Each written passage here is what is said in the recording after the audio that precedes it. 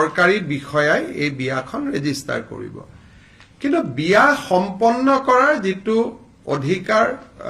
সকলো ধৰ্মৰে আছে বিয়া যেনেকৈ হিন্দু বামুণে বিয়া পাতে শংকৰ সংঘত তেওঁলোকৰ নিয়মত বিয়া হয় ইছলামৰো বিয়া পতাৰ যেটো বিধিটোত এই আইনখনত কোনো নতুন ব্যৱস্থা নাই যেটো যি ধৰণে ইছলাম লোকসকলে নিজৰ বিবাহ সম্পন্ন কৰে ইমাম সকলৰ উপস্থিতিত বা যি ধৰণে কৰে তেনেকৈ কৰিব only restriction is on registration আগত registration to কাজিয়া কৰিছিল এতিয়া registration to sub register কৰিব আৰু আগতে মাইনৰৰ বিয়া register হৈছিল এতিয়া মাইনৰৰ বিয়াৰ মাইনৰ ছোৱালীৰ বিয়া register হ'ব নোৱাৰে গতিকে এই এটা আমাৰ ইম্পৰ্টেন্ট সিদ্ধান্ত এটা আজি অনা হৈছে আপোনালোকে জানে যে যেটো আমাৰ Assam land revenue regulation act 1886 যেটো আমাৰ যিখন আইনৰ দ্বাৰা অসমৰ গোটেই ভূমি ব্যৱস্থা পৰিচালিত হয় এই আইনখনৰ নাম হৈছে Assam Land and Revenue Regulation 1886 এইখন হল আমাৰ মূল ভূমি আইন এই আইনখনত গোপীনাথ বৰদলৈ বিষ্ণুৰাম মেধিৰ সময়ত চেপ্টাৰ 10 আহিছিল আৰু চেপ্টাৰ 10ত tribal belt and block create কৰা হৈছিল আজি এটা অসমৰ বাবে ঐতিহাসিক মুহূৰ্ত যত আমি আসাম ল্যান্ড ৰেভিনিউ ৰেগুলেশন 1886 আমি চেপ্টাৰ 12 এটা ইনকৰ্পৰেট কৰিছো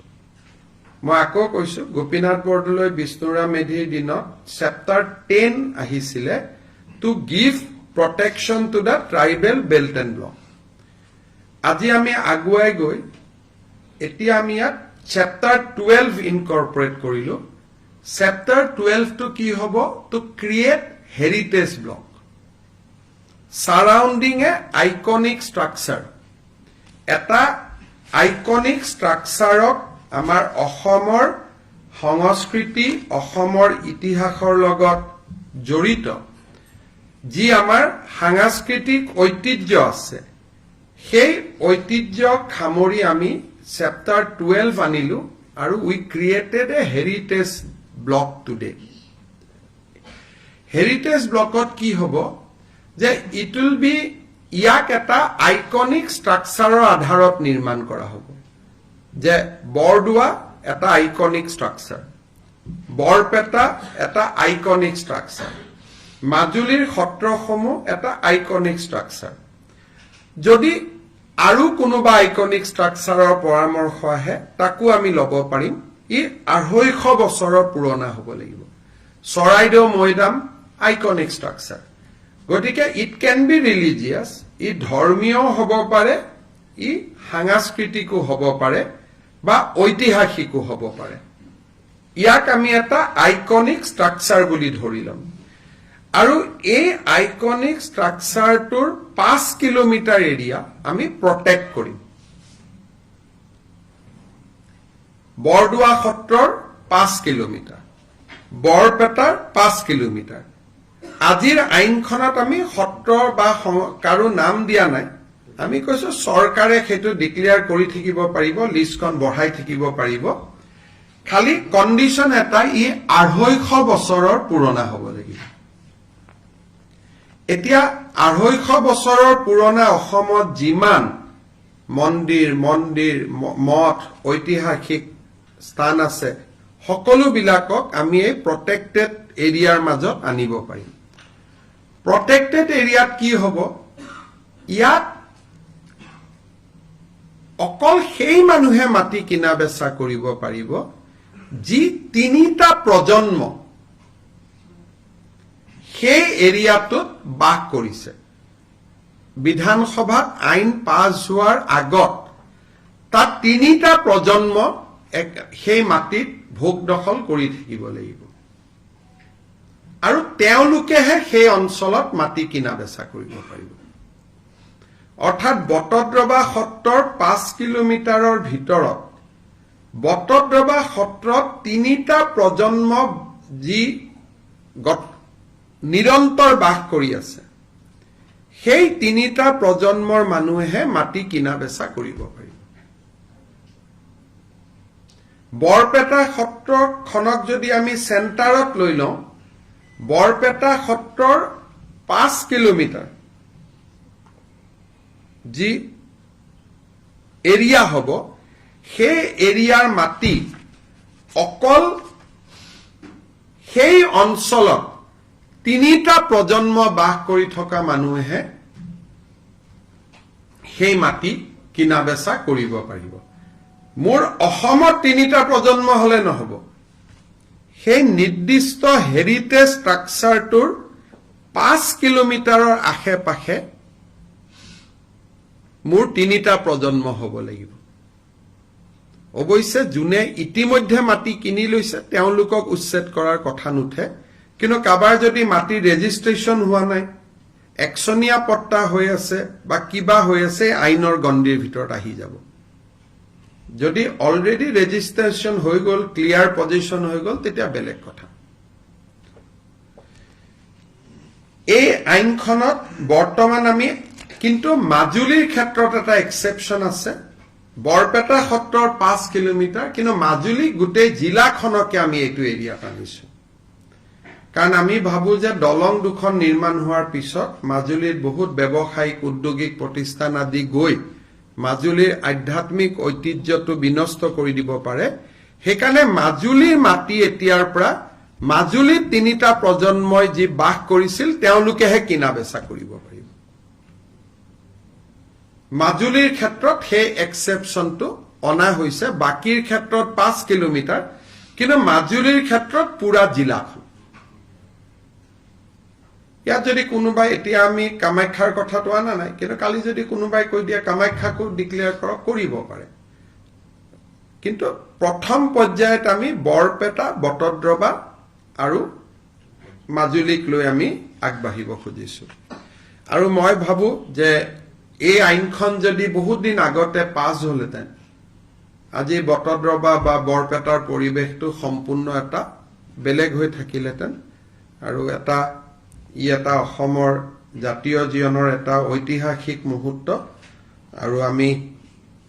এনে এখন আইন বিধানসভাত আনিম আপোনালোকক জনাবলৈ পাই মই নিজেও গৌৰৱ অনুভৱ কৰিছো। আজিৰ কেবিনেটে আৰু এটা মানুহৰ জীৱনৰ লগত জড়িত খুব ইম্পৰ্টেণ্ট সিদ্ধান্ত লৈছে যে আমাৰ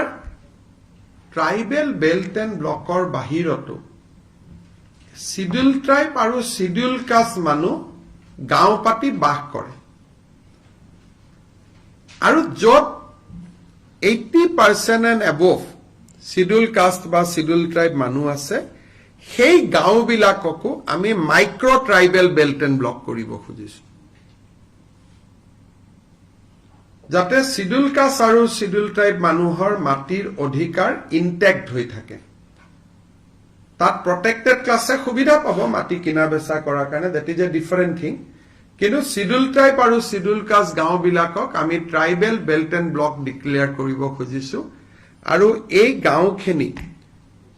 কোনখিনি গাঁও মাইক্ৰ' ট্ৰাইবেল বেল্ট ব্লকত আহিব বিচাৰিব, আমি ৰাইজৰ পৰাই আবেদন খুজিম, আমি জোৰ কৰি নকৰো।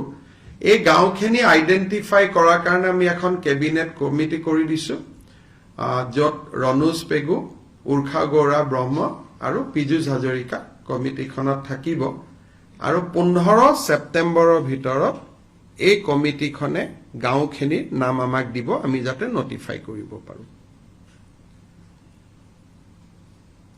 থাৰ্ড, মাটিৰ লগতে জড়িত মিছন বসুন্ধৰা 2ৰ সময়ত গুৱাহাটীত আমি আবলটন কৰা মাটি বা নগৰ অঞ্চলত আমি আবলটন কৰা মাটি প্ৰিমিয়াম হাই হোৱাৰ কাৰণে মানুহে ল'ব পৰা নাছিলে। যাতে দুখীয়া দৰিদ্ৰ মানুহেও মাটিখিনি ল'ব পাৰে, মিছন বসুন্ধৰা 3-2 অক্টোবৰত আৰম্ভ হ'ব। তাৰ আগতে যোগেন মহান আৰু অশোক সিংঘালৰ নেতৃত্বত আমি এখন কমিটি কৰি দিছো তেওঁলোকে যাতে দৰিদ্ৰ আৰু মধ্যবিত্ত মানুহে প্ৰিমিয়াম দিব পৰাকৈ গুৱাহাটীৰ মাটিৰ দামখিনি ধাৰ্য কৰে গুৱাহাটীত চৰকাৰী মাটিত বাস কৰি থকা মানুহ ডিব্ৰুগড় তিনচুকীয়া তেজপুৰ গাঁৱত আমাৰ 1000 টকা ফিক্স আছিল কিন্তু টাউনত প্ৰিমিয়ামটো মাৰ্কেট ভ্যালুত আমি লব খোজা কাৰণে বহুত মানুহে মাটিটো লব পৰা নাই সেইকাৰণে দৰিদ্ৰ আৰু মধ্যবিত্ত মানুহে লব পৰাকৈ আমি মাটিৰ প্ৰিমিয়াম ৰেটটো আমি ধাৰ্য কৰিব খুজিছো আৰু তাৰ কাৰণে মন্ত্ৰী অশোক সিংঘাল আৰু আমাৰ মন্ত্ৰী যোগেন মহানক দায়িত্ব দিয়া হৈছে আজিৰ কেবিনেটত আমাৰ জীৱিকা সখী বাইদেউসকল আছে কিছু জীৱিকা সখী 5242 গৰাকী বাইদেৱে স্কুটি পোৱা নাছিল তেওঁলোকক আমি একোখনকৈ স্কুটি দিবৰ বাবে সিদ্ধান্ত গ্ৰহণ কৰিছো কিছু ট্ৰান্সপোৰ্ট টেক্সত আমাৰ হাল খলনি আছে বিশেষকৈ ই-ৰিক্সা আদি সহায় কৰাৰ কাৰণে এই সম্পৰ্কৰো বিল এখন কেবিনেটত আহিব আজি কেবিনেটত লোৱা এটা ডাঙৰ সিদ্ধান্ত হ'ল অৰুণোদয় আঁচনিৰ সম্প্ৰসাৰণ আজি ডেটত 27 লাখ ব্যক্তিয়ে অৰুণোদয় আঁচনিৰ সুবিধা লাভ কৰি আহিছে এতিয়া আমি প্ৰতি সমষ্টিতে আৰু 10,000 কৈ অৰুণোদয় আঁচনিৰ আমি হিতাধিকাৰী দিব খুজিছো যি ধৰণে আমি লোকসভা নিৰ্বাচনত আপোনালোকে জানে যে আমি সমীক্ষা পত্ৰ বিতৰণ কৰিছিলো সমীক্ষা পত্ৰবিলাক উভতি আহিলে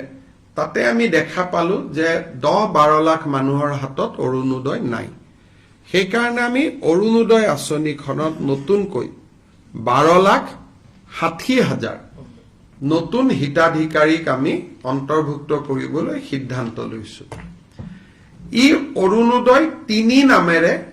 জনাজাত হ'ব অৰুণোদয় 2ৰ বেনিফিচিয়াৰী সকলেও 3ৰ বাবে নতুনকৈ আবেদন কৰিব লাগিব আৰু 3ত নতুনকৈ আবেদনকাৰী অন্তৰ্ভুক্ত হ'ব এই অৰুণোদয় 3ৰ প্ৰক্ৰিয়াটো 15 ছেপ্টেম্বৰৰ পৰা আৰম্ভ হ'ব আৰু আমি 1 ফেব্ৰুৱাৰী নতুন হিতাধিকাৰী সকলক আমি অৰুণোদয় আঁচনি দিয়া আৰম্ভ কৰিম তেতিয়ালৈকে পুৰণা অৰুণোদয় হিতাধিকাৰী সকলে নিৰন্তৰভাৱে অৰুণোদয় পাই থাকিব কিন্তু যেতিয়া 1 ফেব্ৰুৱাৰীত আমি নতুন অৰুণোদয় দিব যাম পুৰণা বেনিফিচিয়াৰী দুই এজন হয়তো তেওঁলোকৰ কোনোবা ঘৰত চাকৰি পালে কোনোবা ঘৰত গাড়ী কিনিলে বিভিন্ন কাৰণত তেওঁলোকে নাপাব কিন্তু এইবাৰ অৰুণোদয় এটা আমাৰ কন্ডিশন হল যে ৰেশন কাৰ্ড থাকা মানুহে অৰুণোদয় পাব ৰেশন কাৰ্ড নাথাকিলে অৰুণোদয় নাপায় ৰেশন কাৰ্ড থাকিলে অৰুণোদয়টো কিয় পাব ৰেশন কাৰ্ডবোৰ আধাৰ লিংক গতিকে অটোমেটিক অৰুণোদয়টো তেতিয়া আধাৰ লিংক হৈ যাব নহলে মই যোৱাবাৰ আপোনালোকক কৈছো যে বহুত সময়ত কিছু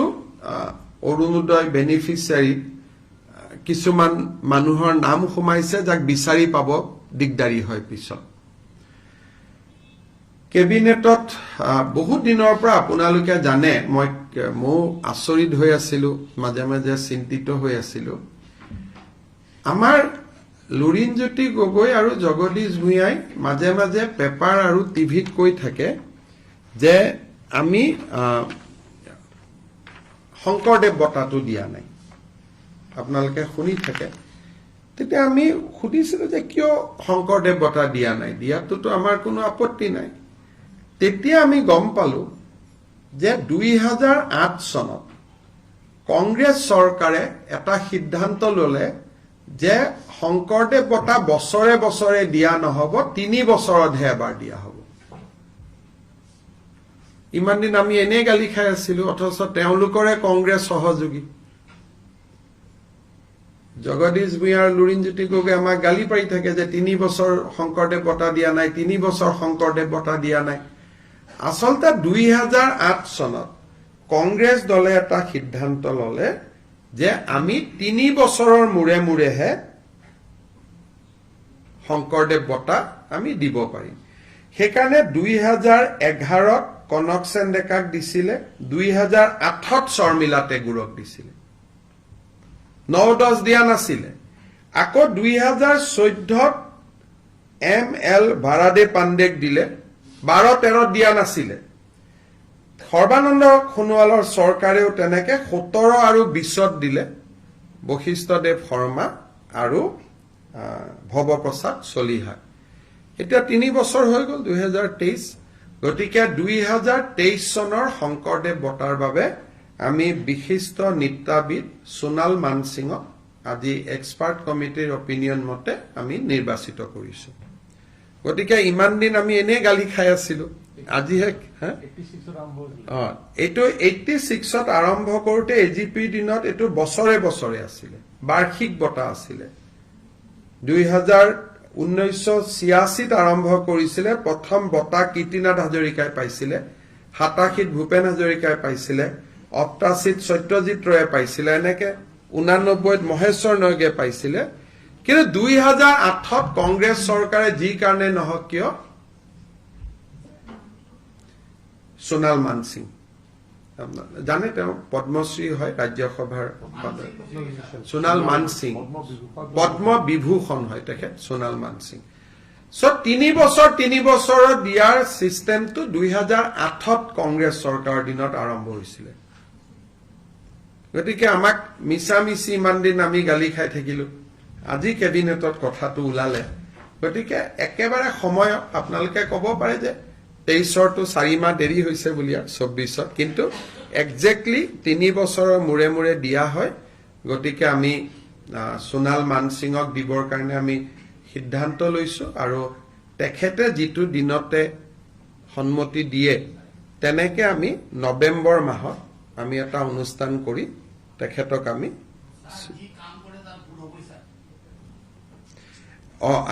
শংকৰদেৱ বঁটা দিবৰ কাৰণে সিদ্ধান্ত লৈছো আৰু মই যিসকলে শংকৰদেৱ বঁটাটো আমি দিয়া নাই বুলি আমাক সমালোচনা কৰি আছিলে তেখেতসকলৰ ওচৰত মই কৈছো যে 3 বছৰে বঁটা দিয়াৰ সিদ্ধান্তটো 2008ত কংগ্ৰেছ চৰকাৰে কৰি থৈ গৈছিলে আৰু তেনেকে এতিয়া প্ৰতি 3 বছৰৰ মূৰে মূৰে দিয়া হয় আৰু কোনো 3 বছৰতে এতিয়ালৈকে এটো মিছ হোৱা নাই মই চেক কৰিলো ৰেকৰ্ড 8তো দিছিলে 11তো দিছিলে 14তো দিছিলে 17তো দিছিলে 20তো দিছিলে অৰ্থাৎ কোভিডৰ সময়টো এটো বন্ধ হোৱা নাছিলে শেষত এটা সৰু কথা যে আমাৰ মাধৱদেৱৰ তিথিৰ বন্ধটো 23 তাৰিখে আছিলে কিন্তু আমাক সকলোৱে জনাইছে যে এবাৰ 23 তাৰিখে সন্ধিয়াৰ পৰাহে তিথি লাগিব একচুৱেল সকলোৱে উদযাপন কৰিব 24 ছেপ্টেম্বৰত সেইকাৰণে মাধৱদেৱৰ তিথিৰ চৰকাৰী বন্ধটো আমি 23 ছেপ্টেম্বৰৰ পৰিৱৰ্তে 24 ছেপ্টেম্বৰলৈকে আমি লৈ গৈছো আৰু কিছু সৰু সৰু সিদ্ধান্ত কেবিনেটত আছে তো টুইট বা সোশ্যাল মিডিয়া যোগে আপোনালোকে জানিব পাৰিব যদি কিবা আপোনালোকৰ দুই এটা প্ৰশ্ন আছে কৰিব পাৰে আৰু ৰাতিপুৱা মই যথেষ্ট কৈছো গতিকে এইখিনি ৰিপিট নকৰি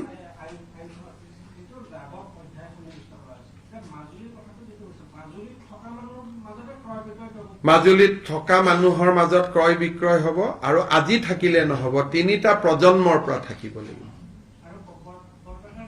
বৰপেটাৰ ক্ষেত্ৰতো 3টা প্ৰজন্ম কিন্তু বৰপেটাত ৰেডিয়াছটো হল 5 কিলোমিটাৰ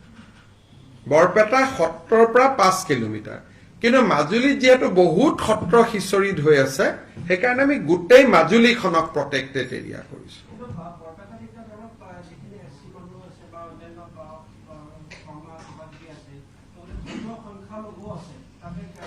ধৰ্মীয় সংখ্যালঘুও কিনিব পাৰিব যদি 3টা প্ৰজন্মৰ আগৰ পৰা তেওঁলোক আছে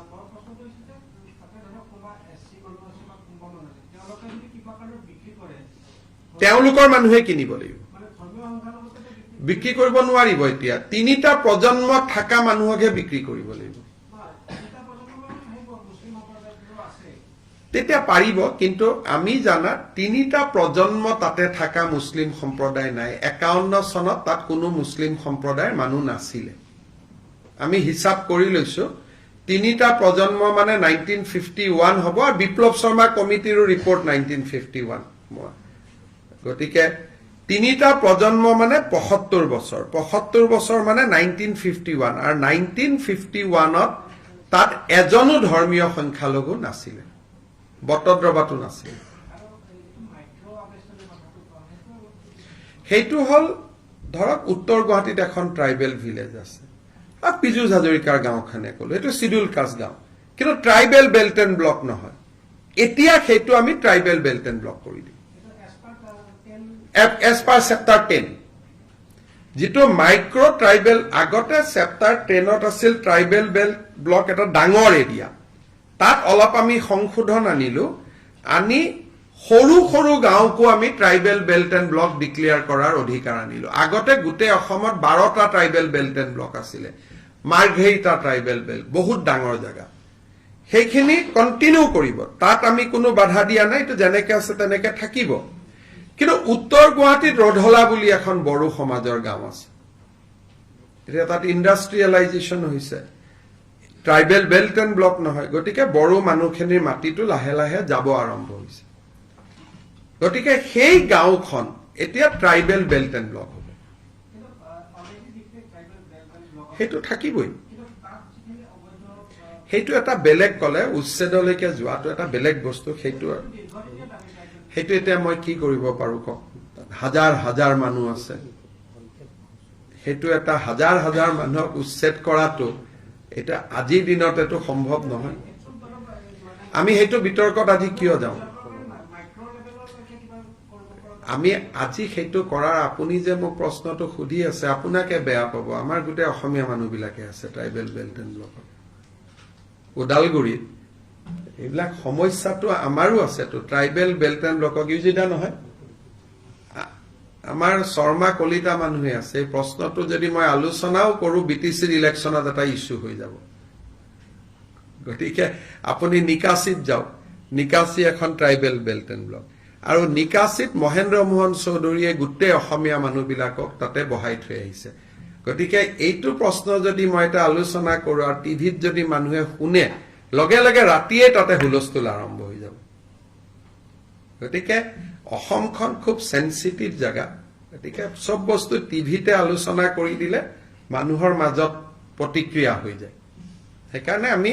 মাইক্ৰো ট্ৰাইবেল বেল্ট ব্লকৰ ওপৰত মোক আজি প্ৰশ্ন সুধক ট্ৰাইবেল বেল্ট